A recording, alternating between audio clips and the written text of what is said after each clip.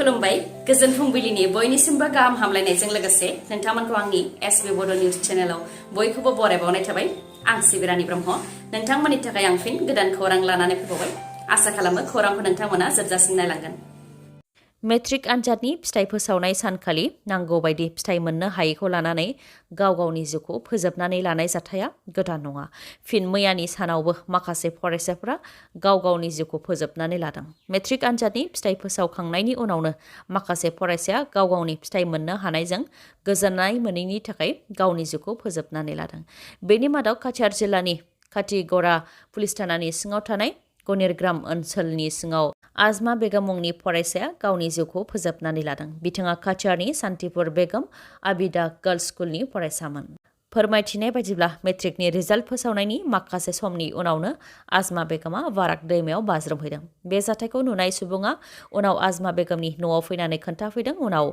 SDRFनो मिथिहोनायाव SDRFआ जाथायथिलियाव फैनानै आजमा बेगमनि गोथै देहाखौ बोखांफैनो हादों गुबुन मोनसे जाथाया मरियनीनि 5 नं वार्डआव सासे फरायसाया गावनि जिउखौ फोजोबनानै लादों मुङा पुर्णिमा गगै बिथाङा बालिका हायार सेकेन्डारि स्कुल आनजाद मिरु आनजाद होदोंमोन नाथाय गावनो नांगौ बायदि फिथाइ मोननो हायैलाय गावनि जिउखौ फोजोबनानै लादों बिथाङा फोरोंगिरिया फोरमायथिनाय बायदिब्ला पुर्णिमा गगैया नखरनि सासेल' फिसामोन बिथाङा फरायनायाव बांद्राय लोरबांबो नङामोन नाथाय नखरनि थासारिया मोजां नङा होननानै फोरमायथिदों फोरोंगिरिया मेट्रिक आनजादनि फिथाइखौ मैया फोसावनानै होबाय मैया फुंनि 10 रिंगायाव मेट्रिक आनजादनि फिथाइखौ फोसावनानै होदों जेरावनाखि आसामनि मादावनो चिरां जिल्लानि फरायसाफोरनि उथ्रिसारनो हानायनि जौखोन्दोआ बयनिख्रुइबो बांसिन 88.68 जौखोन्दो चिरां जिल्लायाव गासै 5,502 फरायसाफोरा आनजादखौ होदोंमोन बेनि मादाव 1,415आ फार्स्ट डिभिजन मोननो हादों 2,669आ सेकेन्ड डिभिजन आरो 795आ थार्ड डिभिजन मोननो हादों गासै 88.68 जौखोन्दोआ उथ्रिसारनो हादों बेनि मादाव बाक्सा जिल्लायाव 13,250 फरायसाफोरा आनजादखौ होदोंमोन बेनि मादाव 3,811 फरायसाफोरा फार्स्ट डिभिजन मोननो हादों 5,265 फरायसाफोरा सेकेन्ड डिभिजन मोननो हादों आरो 2,084 फरायसाफोरा थार्ड डिभिजन मोननो हादों गासै 84.19 जौखोन्दो फरायसाफोरा उथ्रिसारनो हादों बेनि उनाव क'क्राझाराव 15,689 फरायसाफोरा आनजादखौ होदोंमोन बेनि मादाव 2,031 फरायसाफोरा फार्स्ट डिभिजन उथ्रिसारनो हादों 5,260 फरायसाफोरा सेकेन्ड डिभिजन 3,120 फरायसाफोरा थार्ड डिभिजनाव उथ्रिसारनो हादों गासै 66.40 जौखोन्दो फरायसाफोरा उथ्रिसारनो हादों बेनि उनाव अदालगुरिनिफ्राय 11,091 फरायसाफोरा आनजादखौ होदोंमोन बेनि मादाव 2,007आ फार्स्ट डिभिजन मोननो हादों 3,592आ second division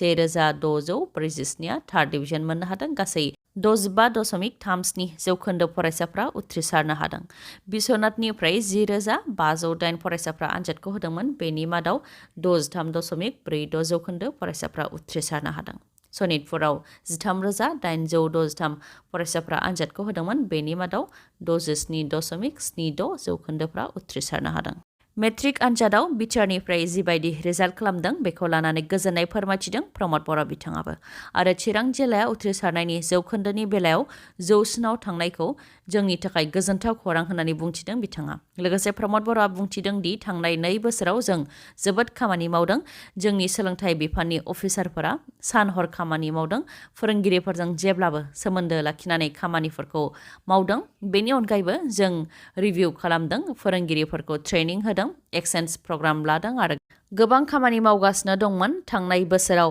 school adaption programme लादों बे बोसोरावबो C आरो D केटेगरि मोननाय फरायसालिफोराव मे आरो जुन दाननिफ्रायनो स्कुल एडप्शन प्रग्राम लागोन फरायसालिफोरखौ सिगां फारसे लाबोनो थाखाय मोजां सुबुंनो बिबान होगोन होननानै फोरमायथिदों प्रमद बर'आ बिटिआर गोरोबथा जानायनि उनाव बिटिआरआव मोजां थासारि फैबाय होननानैबो बुंथियो बिथां प्रमद बर'आ बाक्सा जिल्लानिफ्राय दुखुनांथाव खौरां लामानि जाब्रथाय जानायजों सानसेयाव 2 सुबुंनि जिउ खहा जादों मोनसे जाब्रथाया सालबारिनि केशव नगराव जादों जाब्रथायजों जिउ गोमानाय मनबिर बसुमतारीनि फिसाज्लाया फोरमायथिनाय बायदिब्ला बिफा मनबिर बसुमतारीया हाथायाव साइकेलजों थांदोंमोन बेनिफ्राय न' फारसे फैफिनबाय थानाय समावनो उननिफ्राय स्कुटिया बिथांखौ सौख्रांदों AS14Q 1924 नम्बरनि गंसे स्कुटिया उननिफ्राय बिथांखौ सौख्रांदों जायजों मोनबीर बसुमतारिया थद गैयै जादोंमोन। उनाव देहा फाहामसालियाव बिथांखौ लानानै थांबाय थानाय समावनो जिउ गोमादों।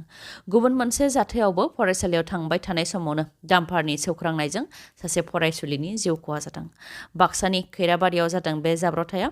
बाक्सा जिल्लानि सिङाव थानाय बरिखादं गामिनि पुनेश कुमार आरो सन्जिला ब्रह्म कुमारनि फिसाजोआ जाब्रथायजों जिउ गोमादों। सन्जिला ब्रह्म कुमारनि फिसाजो बर्षा कुमारिया साइकेलजों फरायसालि फारसे थांदोंमोन। बेयावनो डाम्पारनि सौख्रांनायजों बर्षा कुमारिया जिउ खोमानो गोनां जादों। मख'नो गोनांदि बर्षा कुमारिया नया बस्ति हाइ स्कुलाव फरायनाय फरायसुलिमोन।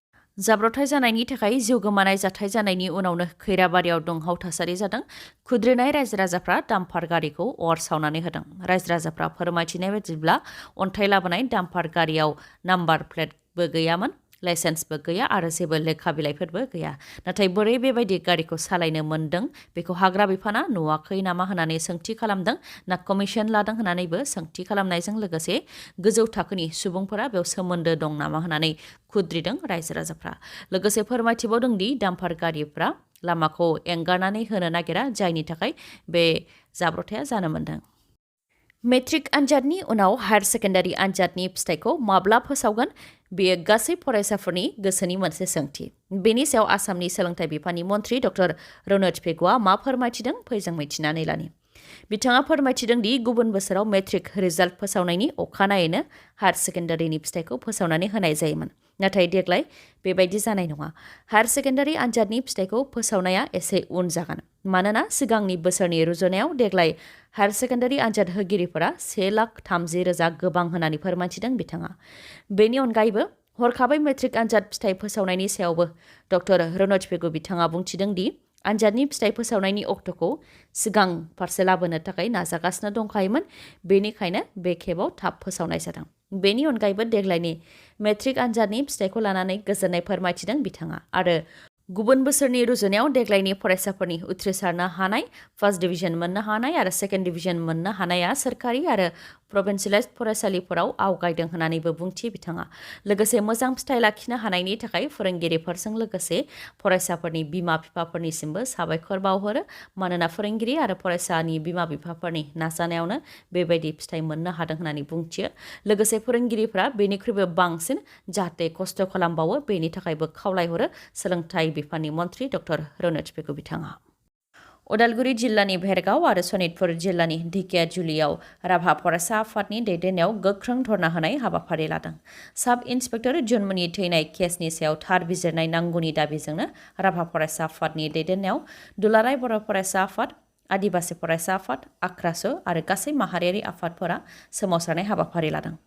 गोग्लैसोनाय ट्राइबेल सुबुं होननानै जाहाथे साब इन्सपेक्टर जुनमुनि राभानि केसखौ गोरलैयैनो लाया बेनि थाखाय खावलायदों बिथांमोना। मानोना आसामनि गिबि मन्थ्रि डक्टर हेमन्त बिश्व शर्माया दासिमबो बेनि सायाव सिरियै दङ होननानै बुंथिदों आरो बे बुथारनाय जाथायाव नगावनि एसपि लीना दले आरो लखिमपुरनि एएसपि रुना नेयकनिनो आखाइ दं। मानोना एसपि लीना दलेया सासे मानसि बुथारग्रा बेखौ मिथिनो मोन्दों।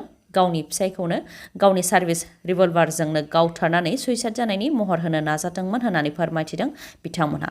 बेनि अनगायैबो एएसपि रुना नेयकआबो आसामनि रांखान्थि मन्थ्रि अजन्ता नेयकनिनो खाथि सोमोन्दो थानाय, जायनि थाखाय 7 बोसोर बिथां एएसपिखौ लखिमपुरनिफ्राय गुबुनाव ट्रेन्सफार हरनो थाखाय रावबो गोहोखौनो मोनाखै आरो बिथाङा गोबां जाख्लग्रा होननानैबो खुद्रिदों रायजो राजाफ्रा। बेनिखायनो जाथायनि सायाव सिबिआइआ जाहाथे उदाङै नायबिजिरनो हायो बेनि थाखाय बिथांमोनखौ जाहाथे रिजार्भ क्लजआव दोनो, साख्रिनिफ्राय बोख्लायो आरो एरेस्ट खालामो बेनि थाखायबो दाबि दैखांदों। नङाबा बिथांमोनहा फोरमानखौ दोनखुमागोन आरो फोजोबगोन होननानै बुंथियो बिथांमोनहा। जायनाखि बिथांमोन सानै एसपि आरो एएसपिआ सिगांनो मिथिहोनायमोनब्ला बेबायदि जाथाया जानाय नङामोन होननानै आसामनि डिजिपि जिपि सिं बिथाङा बुंथिदों आरो सिआइडिजों बिजिरनायनि सोलायै सिबिआइ नायबिजिरनो बिथोन होदों। बेनिखायनो एसपि लीना दले आरो एएसपि रुना नेयकनि सायावनो गोख्रों राहा लानो थाखाय दाबि दैखांदों खुद्रिनाय रायजो राजाफ्रा।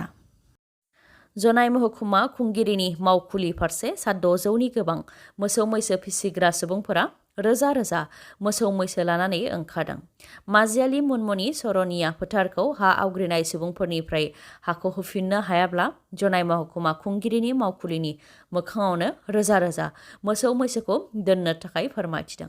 मोसौ मैसो खाग्रा फोथारखौ गुबुन सुबुंफोरा आवग्रिनानै लानायनि हेंथा खुंगिरिया राहा लायैखौ लानानैनो मोसौ मैसो फिसिग्रा सुबुंफोरा खुद्रिदों आरो बिथांमोननि खुद्रिनाया मैयानिफ्रायनो जागायजेनबाय। दिनै जनाय महकुमा खुंगिरिनि मोखाङाव गथायफैगोन। बिथांमोनहा फोरमायथिनाय बायदिब्ला मोसौ मैसो खानायनि थाखाय सरनिया फोथाराव 17,920 बिघा हा दं, नाथाय बेनिनो 4,135 हाखौ गुबुन सुबुंफोरनो गथायनानै होदों, जायनि थाखाय बे अखा बोथोराव रोजा रोजा मोसौ मैसोखौ खानायाव जेंना मोननो गोनां जादों। खानो थाखाय जायगा गैया होननानै फोरमायथिदों बिथांमोनहा। बेनिखायनो जाहाथे हाखौ बोखांनानै होफिनो बेनि थाखाय दाबि खालामदों। नङाबा रोजा रोजा मोसौ मैसोखौ खुंगिरिनो गथायबोगोन आरो मोसौ मैसोखौ लाखिनो हायाबा जोंखौनो गावथार होननानै बुंथियो, नङाबा हाखौ बोखांनानै होफिनगोन होननानै लिरनानै होनो नांगोन होननानैबो दाबि खालामो खुद्रिनाय रायजो राजाफ्रा। मणिपुर रायजोआव गोजोन फैनो हमबायमोन। आर्मि आरो सिकिउरिटिफोराबो गोख्रों नोजोर लाखिनायखौ गुरुं खालामनो हमबायमोन। बेयावनो फिन मणिपुर रायजोआव अर नांदों। रिपर्टनि बायदिब्ला माखासे हाथियार लानाय सुबुंफोरा फैनानै गला बन्द खालामनो हुमखि होफैदोंमोन। बेयावनो माखासे सुबुंफोरा थुबुर जानानै सिलाइ लानाय सुबुंफोरखौ हमनानै गाग्लोबदों। बेयावनो न' सावनानै होनाय थासारिबो सोमजिदों।